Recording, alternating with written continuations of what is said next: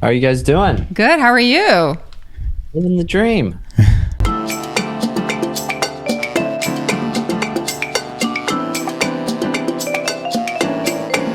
Living the dream. You sure are. Well, we were just, Amen. it's so crazy. We are just checking your app and 881 million prayers prayed. That's amazing.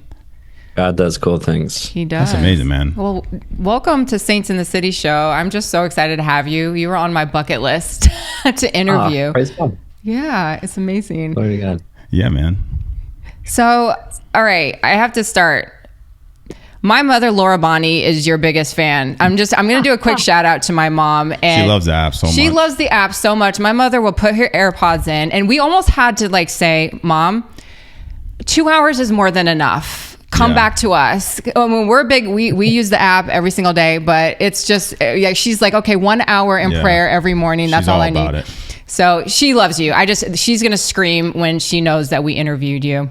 Just praise God. Praise That's God. awesome. Yeah. That's so man. cool to hear. Yeah, it's cool to get to pray with everybody. It's my mom uses the app all the time, but she just texts me when there's a mistake. So that's Oh, wow. usually That's a mom's voice. That's a mom. Yeah, That's a exactly. Yeah, that's Exactly. awesome. Do you sometimes just look at that clock? Do you look at it like every day, or is it something that you're just like used to now, and you just praise No, God I like, don't. hey man, look at this number keep going up here. Yeah, it's fun. Like every once in a while as a team, we get to, celebrate it. And, when we cross big numbers, it's a fun thing to celebrate. But I don't know, the thing about numbers is like it's never, I mean, it's cool because it reflects prayers and people praying, which is awesome. Yeah. But it's never like the numbers, you don't find fulfillment in numbers, Yeah. And so like, had you told me that like there'd be 1 million, and it was interesting, especially at the beginning, like when we crossed 100,000 prayers prayed, I was like, that's crazy. Like, that's insane. When you cross like 1 million, it's like, wow, that's crazy. Yeah. It's Yeah. like 10 million. It's like, okay, 100 million. It's like 200 million, 300 million. It's just, it's just God bragging. So Yeah. it's, Yeah. it's God not flexing. it, like the difference for me between like 500 million and 1 billion is like, I don't even know what those numbers mean. Like I can't, Yeah. if I tried to look out in and see that many people or something, like but the thing that really gets us is just these notes of people using the app and what God does in their life and just getting to journey with them. And there's it's just these incredible miracles in people's lives of people in really tough, really dark places finding God's love and hope and peace. And so each of those numbers or each of those prayers prayed or downloads or whatever it is for me is just like a reminder of somebody who God gets to, spend a little bit more time with today, which is that'll keep, one story though, like there's a woman who was going to end her life, a young woman, 15-year-old who was going to end her own life, who didn't because she started praying with the app. And like that one story, I'd work for like 50 enough. years for that, Yeah. for sure. And That's so awesome, man. Well, that's why I wanted to ask, because we've seen your other interviews, and I wanted to ask you, why a Catholic specific app? Like, what was it? What did you see there was something missing? I mean, obviously we're Catholic and we absolutely love it, but what made you say, no, I'm going with a Catholic app? Did it just feel familiar from your childhood, or was it something bigger than that? Or, yeah. Well, I guess there's two questions in there. The one is, the one is like, why am I Catholic, I guess? Yeah, And then exactly. Yeah. The other is why is the app? Yeah. And I mean, the second one is a lot easier. Like, I'm Catholic and it's changed my life. Is the coolest part of my life is the Eucharist and confession and the sacraments and the beauty of the church and the saints and Mary, our mother, and everything about being Catholic is just amazing. I mean, it's like it's awesome. I love it I to know, death. yeah. All smiles here. As I'm sure you guys can relate. Yes. 100%. But and like it would suck to build an app that wasn't the thing you wanted, I mean, we built the first thing just for me, and it would feel, I mean, I don't know how people would build something where it's not, people have asked me, would you ever build a version of Hallow for Islam or for Judaism or Hinduism or Buddhism or whatever, and my answer is like, I don't, I'm happy to help those guys if there's somebody building something to provide advice or whatever, but I'm not the right person to build that. No. It didn't Yeah. change my life. I don't know what it is. It's not Yeah. the thing that I get excited about. Like we were just talking about like content we're going to do next. And I just love it because it's like, oh, that thing changed my life, or that thing is Yes. changing my life. Or like I get to sit in these recording sessions and just pray with people. And so I don't know, for me, it was just building what I was passionate about, which is hopefully, I don't know, Hallow is the goal, is to be something that's authentically Catholic. That's, there's no doubt about what it is. Yeah. But that can be something where anybody who's interested in Christian spirituality can come together and grow closer Yes. in a relationship with the Lord. Like it's not like, there's not some gatekeeping thing at the beginning. It's just like, hey, we're all here to pray, and we're all here to, and we have a bunch of brothers and sisters who are not Catholic, but are Christian or are interested in Christianity or something on the app. And it's an honor to get to pray with everybody. But I don't know, the other part of that question, like why Catholic, it's mostly John 6. It's mostly the Eucharist at the beginning, I guess, was what it was. And certainly still, is the summit of my prayer life. And, but it's just everything about the church, everything about the beauty of the church's spirituality and the saints. And especially when you think about, what we're doing and what I'm really passionate about in my own life, which is this contemplative and mystical prayer and that's like the whole goal of the app is just to try to lead you in your interior life and lead you to contemplation and meditation. And, you just like St. Teresa of Avila, St. John of the Cross, and the mystical tradition of the church. There's just nothing that even comes close. Nothing. It's just, there's nothing anywhere else that even touches it. Yeah. And so it's such a rich, and that's even them, like St. Teresa of Avila and John of the Cross, obviously the doctors of the church and mystical prayer, but even them are just like, those two are just like scratching the surface of the beauty of what the church offers. And so it's, and what the history of the church offers. And so, yeah, for me, it's just been this wealth of just beauty and like life-changing traditions and treasure. So I don't know. Yeah, I like being Catholic. I love it. Like That's building awesome, Catholic man. app. It's fun. Yeah. Well, that's kind of like the story. We talked to His Eminence, Cardinal Timothy Dolan, and I said, like, I was modeling and acting in New York for almost 20 years, and I went back to the church. I had a dark moment, a very dark, I'm not out to rehash it, but I could have gone to any church. There was Hillsong, there was a whole bunch of different, more, entertainment type of churches. And like you, I feel like you talked about this. I kind of deviated from my faith as I was living my dream, trying to make it in New York. And even when I gained success, I was not fulfilled. And I was missing something. And I knew God was calling me back home in terms of coming back to the church. Like, you need to come back. And there is a specific moment in my life where that he kind of like, I say he did the like moonstruck slap me, like snap out of it, like come back to me. But I did. And I found a church.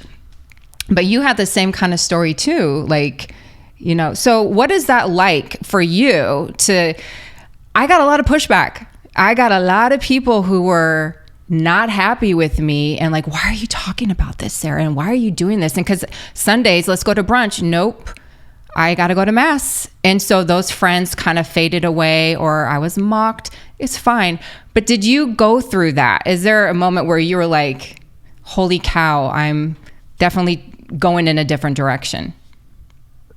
Yeah. I was in Silicon Valley for the first few years of my kind of coming back to faith, and Silicon Valley is like, if you were to pick, I guess, modeling in New York is pretty similar, but maybe, there's pieces of LA too, but the bubble's big. Silicon Valley is about as anti-Christian as you can get. Yeah.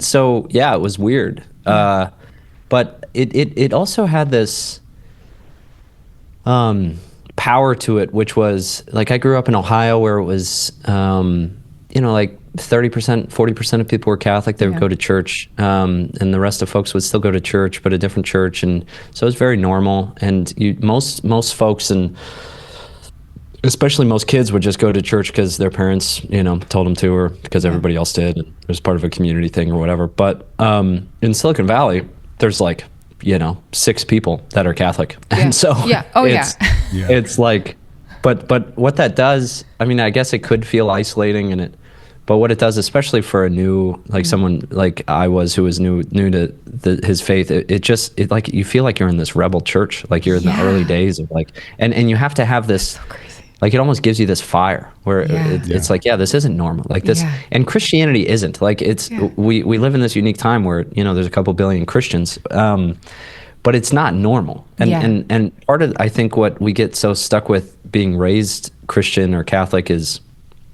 you know, you just hear these things and it's like, oh yeah, Jesus forgives sins. Yeah. And it's like, wait, how insane is that for a guy to come and say, I forgive a sin that you committed against another? But like, that's a crazy thing to, or the Eucharist, like that's insane. I mean, what are you talking about? And so there's like the radicality of the faith, and the craziness of it is, I don't know, it makes it a lot more concrete when you live in a place where there's really nobody else. So like you have to be, well, you have to know your faith decently well. You get questioned on it all the time, and you're just this weirdo. So it's like, yeah, okay, I guess I'll go to adoration, but like I don't know anybody else that's going to adoration. So what is this, and why am I doing this?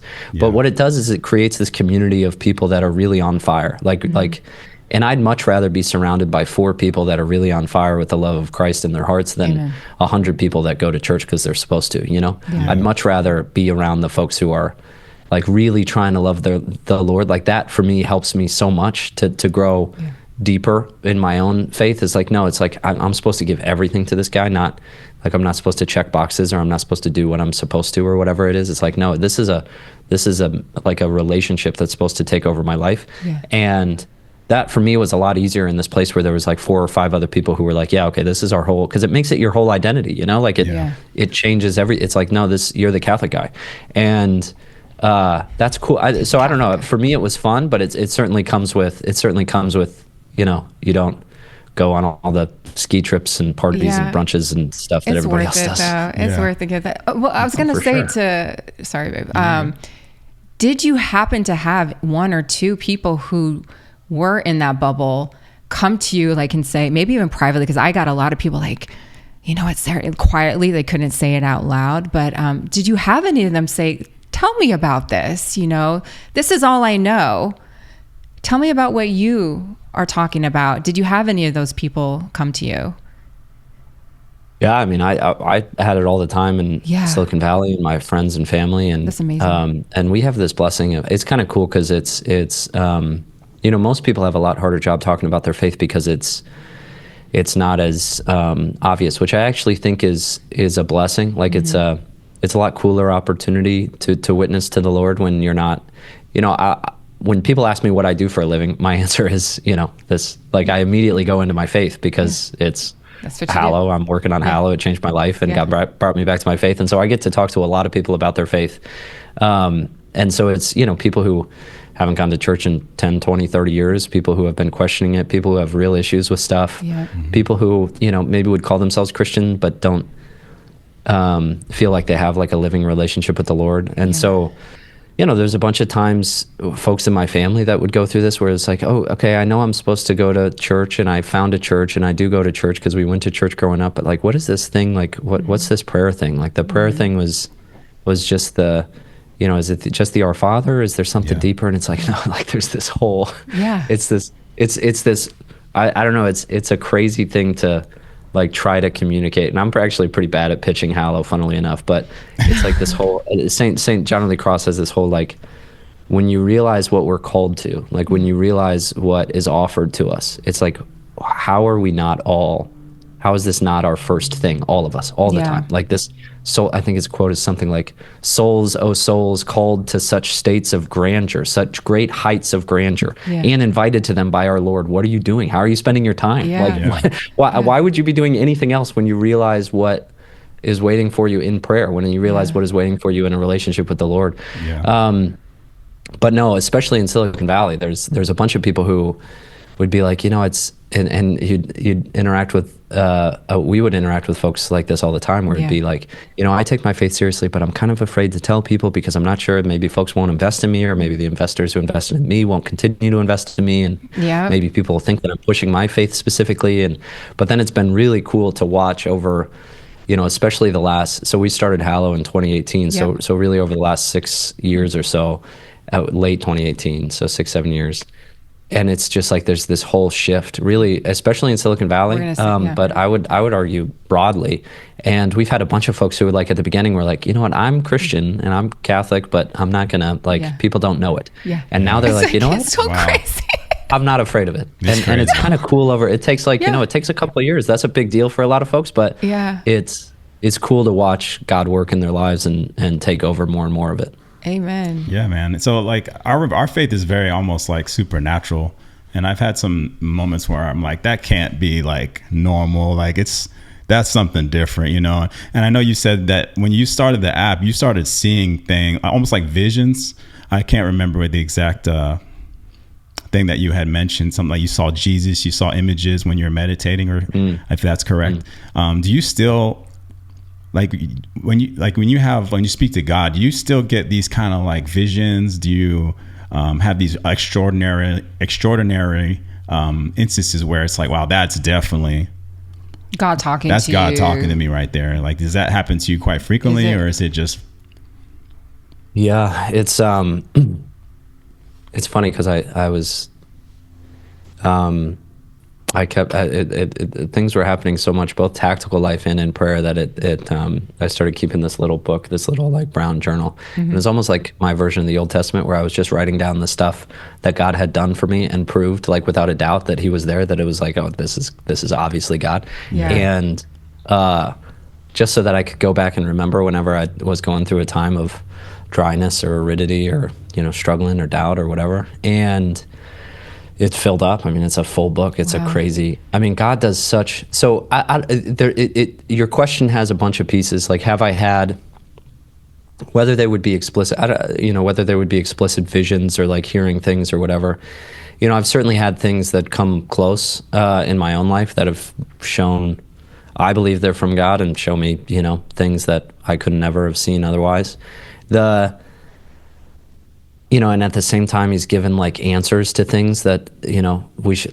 A funny example is like we were trying to decide what office we should rent, and this was like our first office. There's like 5-6 people on the team, and there's 3 co-founders, and one of them wanted to do a cheap office, and the other 2 of us wanted to do a fancy, expensive office. Yeah. And we had all this rationale, and we were like, no, we should have a fancy one. We should, and we were like, all right, let's go pray about it. We're doing a prayer app. We probably should pray about the decisions we make. And so we went and we prayed about it. And the 2 of us that wanted the fancy office both heard very clearly in prayer. And it was through these Ignatian discernment methods. I mean, my co-founder actually had a friend call him and tell him. I forget which discernment thing I was doing. I think it was, we have this beautiful kind of prayer list or series of different prayer techniques in terms of how Ignatius guided discernment of these spirits. Yeah. And I just heard very clearly, get the cheap office, and it sucked because I wanted the nicer office. And so we got the cheap office, and 2 weeks later, COVID started, and so we didn't use the office for 2 years. Wow. And so it was just. But I mean, I have literally 1,000 examples, like 1,000 examples of that happening. Yeah. And it's just God making it so abundantly clear. Now, the interesting thing about prayer, the more you dive into it, is, these supernatural things, which are, they're not, I guess they're not common, but they happen a lot. I mean, if you read St. Teresa of Avila, St. John of the Cross, the things they're talking about are, like St. Teresa of Avila is like floating, and she's, these crazy, like her body, these crazy things. So it's like the craziest things you could imagine. But I mean, it's God. So and he can do whatever He wants. And when He wants to give you graces, He gives you like incredible graces. And it's not always emotional, or it's not always physical, like you feel it, or it's not always visual, or like you hear something. But I don't know, for me, in contemplation, and contemplation is a journey too. So it's not just, you're progressing through. Saint Teresa of Avila would call this the interior castle, but you're progressing through these stages of trying to grow closer in union with the Lord. And I'm very much at the beginning and very much a sinner, but like it doesn't always feel. I don't know. For me, there's this feeling of like lightness and freedom that for me is like consolations. Yeah. And certainly some of it comes with visual things or things from the imagination or things in your mind that you might see that God might give you. But also at the same time, like it's not actually all that important. And it's funny when you read the folks who are really deep in this kind of contemplative and meditative life, what they'll say is like they'll call them consolations or desolations. Like consolations are these gifts that you might get in prayer, these spiritual gifts. And desolations is like this dryness and this aridity, and like you feel like God isn't with you, or you feel separated from God, which like Mother Teresa was separated from God, felt like in prayer she was separated from God for like 20 years. Yeah. Wow. And people will look at that and be like, oh, like you're missing something. And the saints will actually say the exact opposite, which is like, the gifts are great and that's awesome. Like when you feel something or you see something, it's great. Now, you got to be careful because it can come from one of two things. It can come from the good guy and it can come from the bad guy. So it's, you got to discern it carefully. And the only very important. Yes. the only real way you can discern it is, does it lead you to a life of better love? Yes. And you can use anything to lead you to a life of better love, but if it does, then it's from the good, like that, the tree by its fruits, prayer by its fruits. But at the same time, what matters more, honestly, even more, is like when you're sitting there and you're praying and you feel like you're distracted and you don't see anything and you don't feel anything and you feel like God's far away and you don't and you stay there in prayer and you're like, you know what, God, even if I'm not going to get any gifts here, even if you're not going to grace me with any consolations or any visions or any whatever, I'm going to stay here and I'm going to spend time with you and I'm going to praise you in this time. I'm going to give you this time and I'm going to give glory to you. And that to God means a lot more than when he gives you these incredible spiritual experiences. Right. And so it's funny, like we tend to, and they spend a lot of time really focused on this, where it's like God also often at the beginning of your journey will give you these really cool experiences. And for me, that was certainly the experience. Is like you get these crazy awesome things that's like, oh man, like to kind of entice you. It's like a little kid. It's like, okay, well, like let me give you a piece of chocolate because you're learning to ride your bike. But then like you gradually take the chocolate away, and what matters more and more to God is like, I want your heart. Like I want your heart to be mine, and I want it not to be mine because I give you gifts. I want it to be mine because you love me. Because and you love me. like, and that's what the whole relationship is. It's like, it's about spending time. And he'll give you gifts, and they'll be like, wait, but I mean, I would trade everything in my life for one of the gifts that he's given me, or one of these experiences in prayer that are phenomenal. But like, what it's about is giving yourself, not not getting, Not getting, 100%. Well, I mean, to kind of go off what you were saying before, you've seen this resurgence. And we know the people that you have on the app that come in and guest and they speak, and I love them. Do you feel like that's something that is happening? Like, do you feel like we're kind of having this boom in Christianity where I would say it's okay? I said in one of my talks to a group, I said, it's okay to be Catholic. It's okay. We don't have to hide. We don't have to be shamed by it. But do you feel like you're seeing it, especially again, where I come from, or you come from, the entertainment industry, where you're in the sports industry, where you're seeing this kind of all glory to God first. A lot of that and they don't necessarily have to be Catholics, but they're Christian. And they're unafraid to say it on a national stage. Like, do you feel that's a real thing that's happening? Yeah, I mean, I've been saying it for like 6 years, but I don't think anybody believed me for the last like the last 2 years. But yeah, I mean, I think you start to see it with a bunch of. I mean, you can see it with a lot. You can see it with Hallow and folks really hungry for this like interior life. You can see it with The Chosen. You can see it with like Father Mike's Bible in a Year. You can see it with. Some music that's really phenomenal. That's new. Even this new David show is phenomenal on Amazon Prime. Is awesome. There's like there's a Barry movie on Netflix. I was talking to an actor in Hollywood, and he said, he hasn't. He's been writing, producing, directing for 20 years, and he's never had a studio come to him and ask for anything faith oriented, and he's had 5 come to him in the last 6 months asking for faith-based scripts. And like I'm a big college football fan, and I was I'm a Notre Dame guy, and so we were at the Notre Dame Ohio State game, the championship, and I grew up in Columbus, so it was an interesting game for me. But the whole both teams went down. Every member on both teams went down to the end zone and knelt in prayer. Yes, it's amazing. And it was like I've been to a handful of a bunch of college football games. I've never seen that. Where both teams were so devoted to the Lord, like it's just at the core of what they're doing. And I mean, for us, what we see is we have this incredible privilege of getting to journey with so many folks and hear what God is doing, and he's just doing miraculous things, like people who haven't been to church in decades, people who Yes. have been like really against the church, people who have been addicted, people who are in really dark, really tough places, and he's bringing them back. And he's not, it's not a half-hearted bringing back. He's bringing them back, and it's their whole lives they're giving to the amazing. Lord. And so it's I don't know. I get really excited about it. I think there's something cool happening. We'll do see what too. the good Lord does. It's Yeah. I'm sure it's not the end of the story, hopefully yet. But I have a bit of work to do before he shows up again. So hopefully he gives me a little bit more time. But yeah, I think there's something really cool happening. I mean, Yeah. I feel like you can feel it. 100%. Yeah. Well, I mean, I know we don't have you for that long, so I kind of wanted to end on this. I mean, if you're okay with that, what is the next thing or phase for Hallow? And I was just like, I just have this sense, or maybe I'm wrong, that maybe you'll start making films, maybe, or it could grow into something bigger. I don't know. Do you see Hallow growing into something? I mean, it's amazing of what it is, but maybe diving into, because you're seeing Mel Gibson, you're seeing Mark Wahlberg, you're seeing these big names really kind of break away from Hollywood and kind of start in their own production thing. So I don't know if Hallow is going down. Do you see it expanding to that, or are you just happy of what you're doing now, which is amazing? I would love to have an answer to that. God only gives me like 4 or 5 weeks at a time. Okay. So, So you don't see like 20 years in the future. I've tried before, but I usually get it wrong. He laughs at me. Yeah. But, I think Hallow will always be focused on like your interior life and trying to help you to lead you to silence and to a relationship with the Lord. Yeah. At the same time, hopefully, prayer is not. Hallow started really because I thought meditation wasn't prayer, and it is.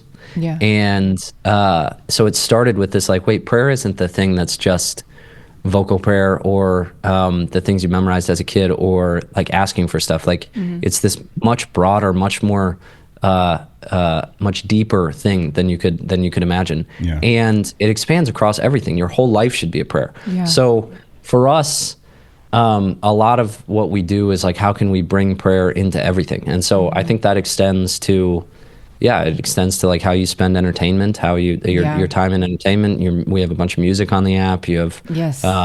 courses and sermons, and we have text-based stuff, and we have a little bit of video stuff, and adding a bit more. And so it's for us, it's this combination of like, how can we reach out to let God reclaim more and more of our lives, and at the same time stay really focused. I think we don't want to build like 17 things and build them poorly. We want to build one thing and do it really, really well.